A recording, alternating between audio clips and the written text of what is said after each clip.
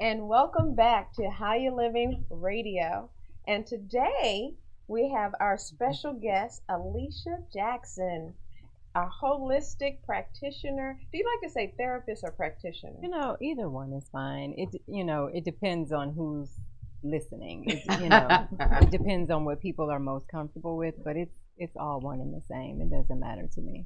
Well, welcome. Welcome. Thank you. So I have known, I don't even know how long I've known Alicia. We have been friends for a while. Yeah. So explain people who you are, what you do. Okay. Well, so many hats. So many hats, right? So I'm Alicia Jackson. I am a holistic practitioner, holistic therapist. Do some astrology. I'm an end-of-life doula. I am a Reiki therapist, a yoga instructor now, and I feel like there's a couple of other things in there, but the whole goal is not to be this person that knows how to do a bunch of things. Mm-hmm. It's more or less just being a person that certain things come to you naturally. Yes. And so it's a gift. It's a gift. It's truly a gift. And then I'm able to present that to the world as a gift and an offering as well, because it comes to me naturally. So it doesn't feel like work. Right. Yes. It just feels like, oh, this is what I was going to do anyway. And each of those modalities that I just mentioned, and a holistic therapist being that the main part of my practice is that I counsel. Okay. That's the foundation. Mm-hmm. So have you been in this space always? No, I was in corporate America thinking I was doing the best thing that I was supposed to be doing. And something interesting kept happening. I kept getting laid off. Okay. Right? That's a message. And that's a whole message that I was just like, you're wasting your talent. Right. And so like you get laid off and then you scramble. You're like, oh my God, I have to find another job. And so you find another job and you do really well there. And you're like, okay, I'm hitting all the right buttons. Then you get laid off again. And so it was just like this repetitious cycle. And I have an aunt who is an intuitive like myself, and she's psychic as well. And she told me, probably in my teenage years up into my 20s, if you don't do what you've been called to do, you're going to get sick. Yeah, that's true. I believe that. And as a young person, I was like, here she go again. Because when you grow up in a house of intuitives, it's always when they say something like the spirit needs, I have a message for you. So she knew you were an intuitive. Oh, yes. Okay. But when you grow up in that environment, it's just kind of like anything else. Like, oh, I don't want to hear what it is this time. So you kind of run from it. But all your friends are like, hey, can I talk to your aunt? Right. And so she told me, she said, you're going to get sick if you don't honor your gifts. And I was just like, yeah, whatever. Fast forward about 15 years later. Went and got a checkup from my doctor, Dr. Chan, who is an amazing doctor. She's Chinese. She's an MD, but she also practices Chinese medicine in some ways if you're comfortable. Mm-hmm. And this was the first time that I had gone to her and gotten a physical where she said, if you don't do something, you're going to die. And that's exactly what she said to me. And I'm thinking to myself, but I feel fine. Mm-hmm. So my numbers were off. I was on the verge of a major heart attack. Didn't know it because I'm Texas fine. Right, I got this extra weight on me. I'm from California, so in California that weight would have been like, oh, you're fat. But in Texas it's like, oh, you're just fine. Yeah, you're fine. You're perfect. Right. High cholesterol, asthma, allergies, just all these things, right? That we just take as another day. Mm-hmm. So I leave out of her office and I just literally like, okay, if there's something else that I'm supposed to be doing, let me see what that is. Yes. And I just kind of got aligned with the right books and people and instructors and facilitators. And I just started doing my own research and it worked. And that, for me, changing my diet first led me into my whole spirituality and awakening. Wow. Because taking away foods that were making me sick raised my frequency. Yes, that makes sense. And so when my frequency, she's a vegan. You are vegan. She's hardcore vegan. For how long? What is hardcore vegan? Hardcore vegan is, was this skillet cooked with some meat? Okay, that's good. Yes, okay. You won't step foot in a restaurant that serves meat. Not that, not because that in hardcore, order huh? to fellowship and socialize with my friends, it's not that hardcore. But I am mindful that I may eat before I get there. Yes. And then just kind of drink something so that I you can be a part did of you almost immediately start feeling a whole new 90 frequency? days. Wow. 90 days of just making the commitment and switching things up. My frequency shot up.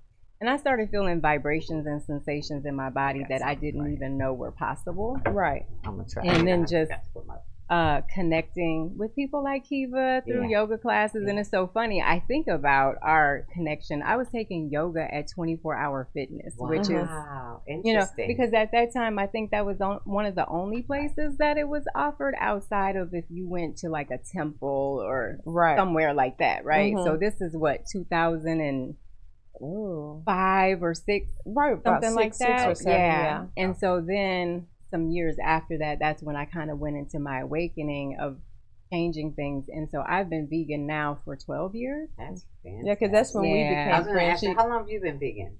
Oh, well, not as long as her. Okay. Yeah. Seems like forever. I stopped eating beef and pork about 35 years or so ago. But then it was a little baby step. Okay.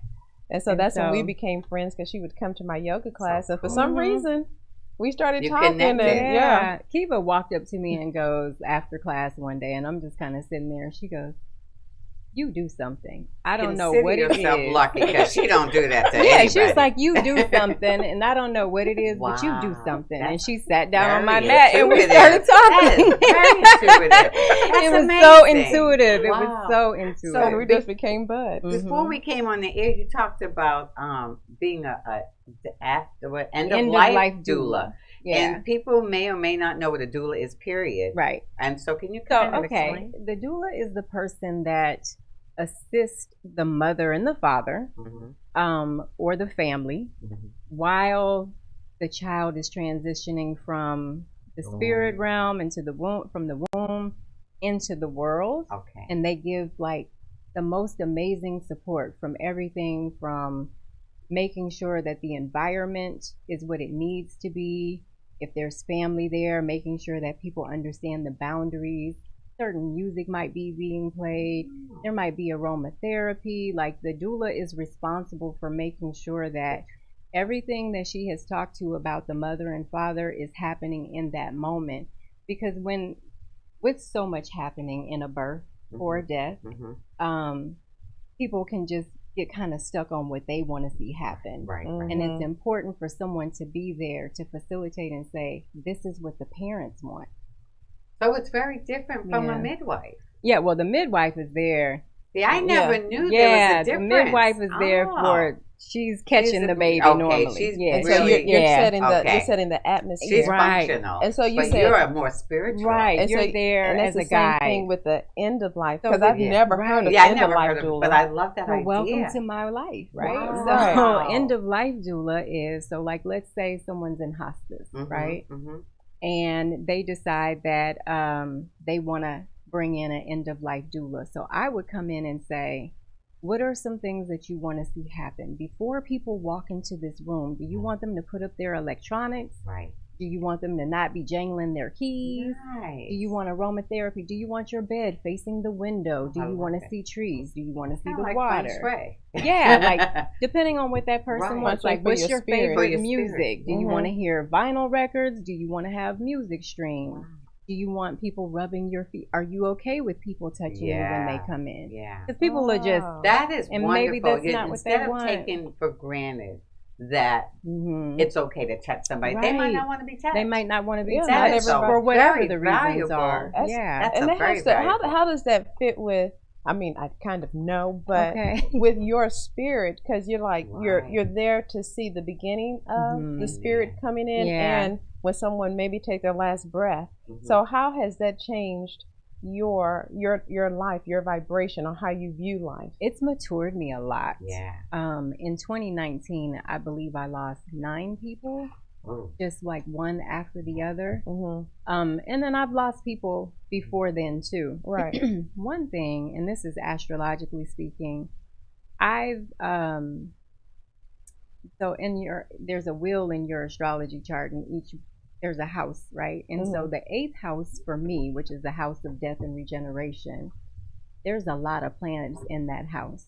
So the relationship that I have with death is not one that is fearful or anything like that. So it really comes naturally to me for me to experience death and want to usher people safely to the other side. So they say that, I'll put it to you like this. So you know how they say, once an adult, twice a child? Yes. Wow, yeah. Okay, so when you're coming into that space where you're coming back into your infancy stage and you're crossing back over, we're told that there are these twin babies that show up. They're these toddlers, and they're the ones that will take you home.